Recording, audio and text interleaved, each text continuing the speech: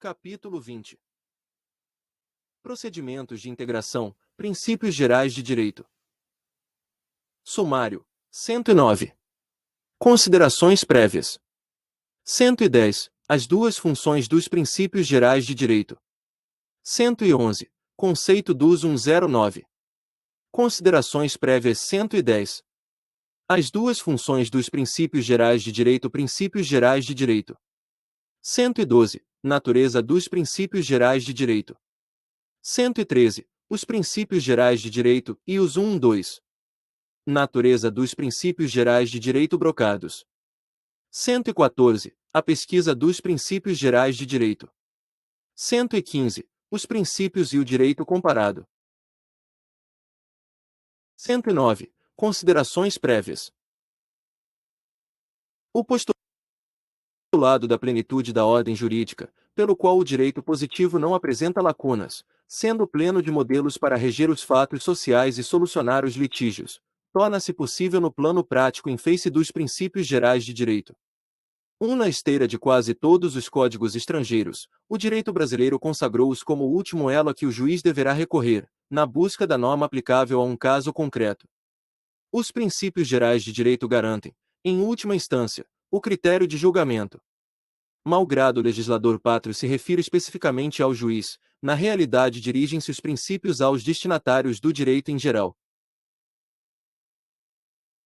Diante de uma situação fática, os sujeitos de direito, necessitando conhecer os padrões jurídicos que disciplinam a matéria, devem consultar, em primeiro plano, a lei.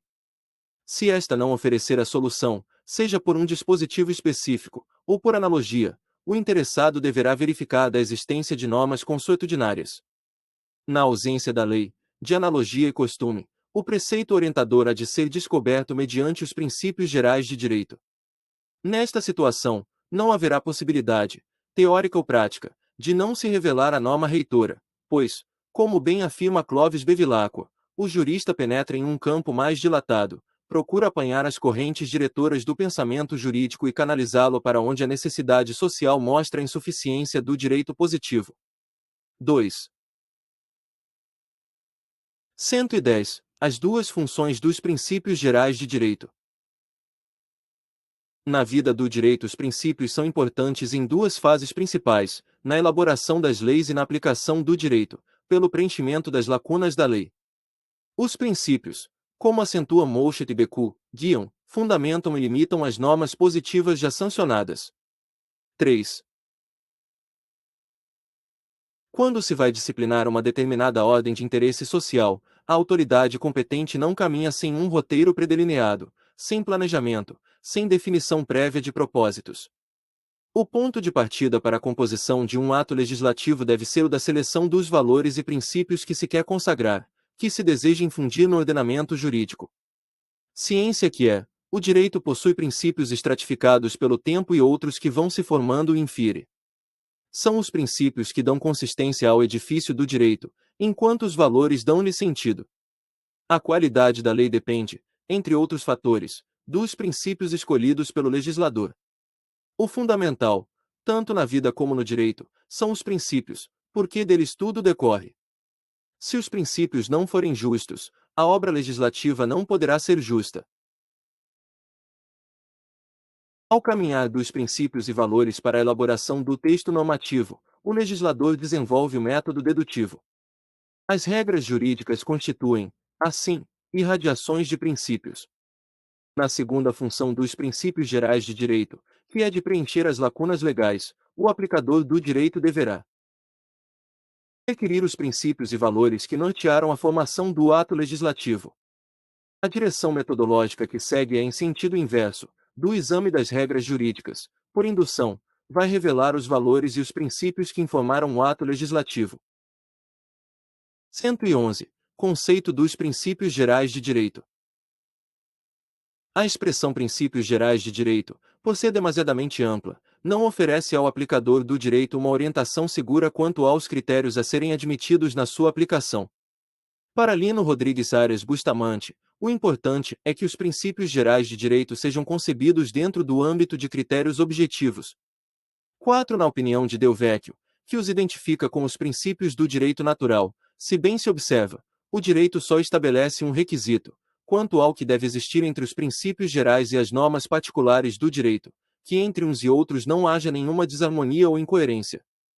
5. Pelo que se observa, ao escolher uma fórmula tão abstrata e indefinida, o legislador, já ciente das divergências doutrinárias que a expressão apresentava, pretendeu oferecer ao aplicador do direito um critério bem amplo, para a busca dos princípios aplicáveis aos casos concretos. A expressão adotada, atualmente, já constava no artigo 7º da Lei Preliminar que, em 1916, acompanhou o Código Bevilacqua. 6. Menspo e Garnal, com o objetivo de clarear o entendimento da expressão, submeteu-a à interpretação semântica destacando, como notas dominantes, a principialidade, generalidade e juridicidade. A princípios, ideia de fundamento, origem, começo, razão, condição e causa. B. Gerais, a ideia de distinção entre o gênero e a espécie e a oposição entre a pluralidade e a singularidade. C. Direito, caráter de juridicidade, o que está conforme a reta, o que dá a cada um o que lhe pertence. 7. No vasto campo do direito há uma gradação de amplitude entre os princípios, que varia desde os mais específicos aos absolutamente gerais, inspiradores de toda a árvore jurídica. Entendemos que, embora a fórmula indique princípios gerais, a expressão abrange tanto os efetivamente gerais quanto os específicos, destinados apenas a um ramo do direito.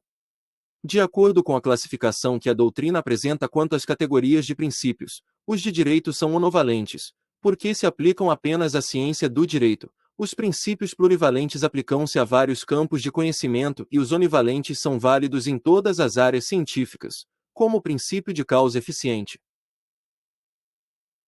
112. Natureza dos princípios gerais de direito. No exame da natureza dos princípios gerais de direito, a polêmica dominante é travada entre as duas grandes forças da filosofia do direito, a positivista e a justnaturalista.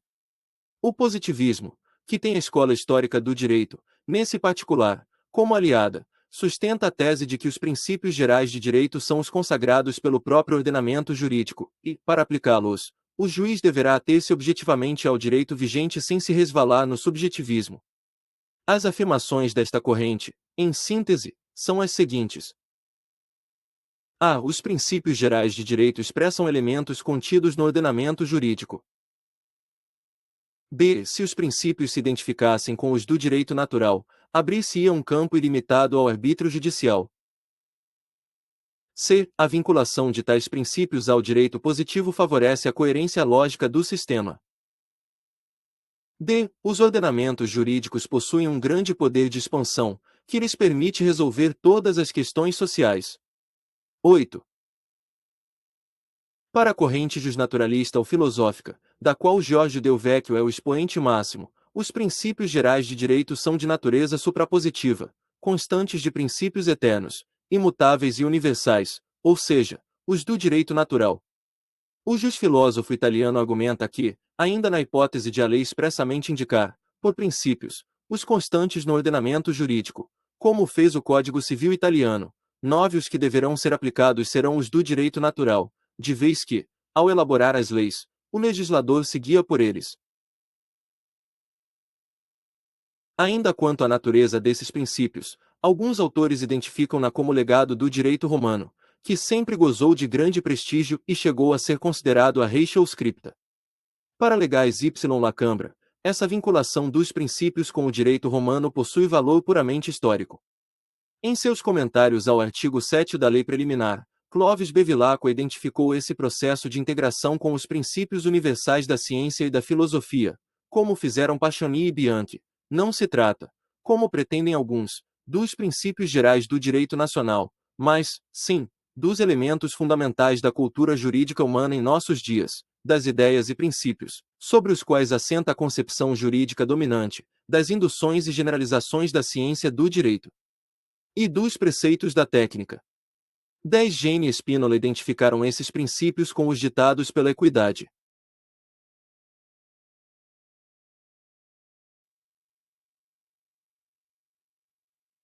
Cento e 113. Os princípios gerais de direito e os brocados.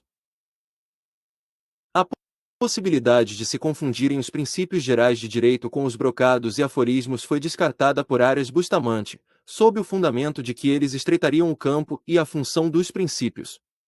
O prestígio dos brocados já experimentou, ao longo da história, altos e baixos. Enquanto alguns autores os consideram a Reichel scripta, raios divinos capazes de iluminarem os estudos de direito, outros negam-lhes importância. A palavra brocado deriva de Burcado, bispo de Worms, que, no início do século XI, organizou uma coletânea de regras que foram impressas na Alemanha e na França. Essa coleção de cânones recebeu o nome de Decretum Burchardi e as regras e máximas passaram a ser conhecidas por burcados e, posteriormente, por brocados. A literatura jurídica, especialmente a francesa, destaca as máximas de Antoine Loisel, constantes em sua obra Institutes Coutumieres, 1607, que, na opinião de Mazialdi e Mazialdi, constitui um excelente traité de droit, onde o autor desenvolveu um plano lógico de exposição e de conteúdo. De acordo com os juristas franceses, l'influence des instituts coutumières sur les juristes et les praticiens de cette époque est certaine, et a contribué à l'élaboration d'un droit commun coutumier. 11. Carlos Maximiliano condensou algumas críticas feitas por diversos juristas. A fórmula genérica e ampla dos brocados muitas vezes é ilusória, pois geralmente são destacados de um determinado texto, onde possuíam vida e significado, mas, uma vez isolados, não conservam o mesmo sentido. B. Às vezes não possuem qualquer valor científico, e chegam até a consagrar princípios falsos. VG. Inclaris cessat interpretatio. C. O seu emprego muitas vezes excede ao seu campo de aplicação. D. Em face da generalidade e quantidade de brocados, é sempre possível descobrir algum que venha em abono a alguma tese e ocorre então que, para um mesmo fato, se encontrem brocados diferentes. Amparando teses opostas, e apesar de enunciados em latim, nem sempre têm autoridade do direito romano, sendo difícil às vezes descobrir-se a sua origem. 12. De acordo com as ponderações de Carlos Maximiliano, as posições extremas, radicais, não refletem o significado dos brocados. O apego exagerado aos aforismos é tão condenável quanto o absoluto desprezo. A tendência à generalização é um fato que precisa ser melhor examinado, para se evitarem as distorções jurídicas. O repúdio sistemático aos adágios representa uma renúncia impensada da cultura estruturada através dos tempos. A conclusão é de que é indispensável maior critério e prudência na aplicação dos brocados. 114. A pesquisa dos princípios gerais de direito. Para se revelarem os princípios que orientam e estruturam determinado sistema jurídico, o cientista do direito deverá utilizar-se do método indutivo. Observando as fórmulas adotadas pelo legislador ao regular várias situações semelhantes, o jurista induz a existência de um princípio.